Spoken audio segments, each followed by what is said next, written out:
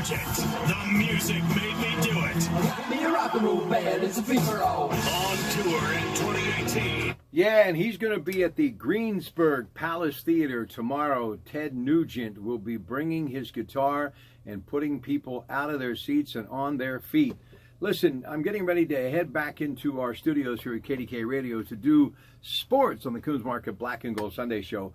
But you know, Pratte has been with me many times on the radio, a great promoter, and we talk about different venues in the region. And one of the gems is the Palace Theater in that great community of Greensburg, where I have many friends in Westmoreland County. And to have this type of star power rolling in, I had to take a little time to talk about it and also talk about Ted Nugent, who is not only a great musician and a throwback to the glory days of rock and roll, still high octane after all these years, but he's an outdoor enthusiast. And believe it or not, you know, many times on the radio and various television shows, I'm always promoting, you know, the outdoors and why it's so important for all of us here in the Commonwealth of Pennsylvania.